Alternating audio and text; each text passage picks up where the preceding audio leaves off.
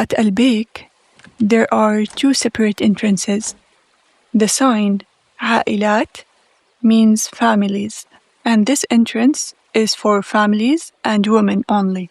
The other sign is أفراد, means singles, and this entrance is for men. So make sure you go to the right entrance.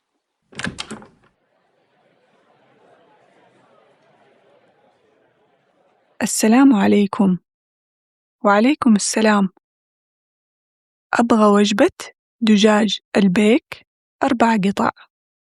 حراق ولا عادي؟ عادي.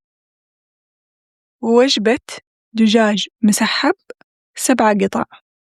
حراق لو سمحت. تمام. ووجبة جمبري جنبو، وساندويتش فيليه سمك عادي، وشاورما حراق، وبرجر فيليه دجاج بدون مخلل. عادي؟ إيوة عادي. 1 ذرة، و3 بطاطس، و2 حمص، و4 صلصة مسحب، و5 صلصة توم، و1 صلصة كوكتيل، و2 طحينة، و1 إسكريم فراولة، و2 عصير برتقال. خلاص. أي شي تاني؟ لا شكراً. سفري ولا محلي؟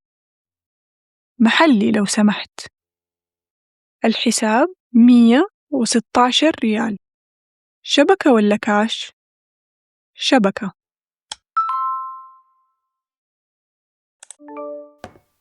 رقم 7. الطلب جاهز.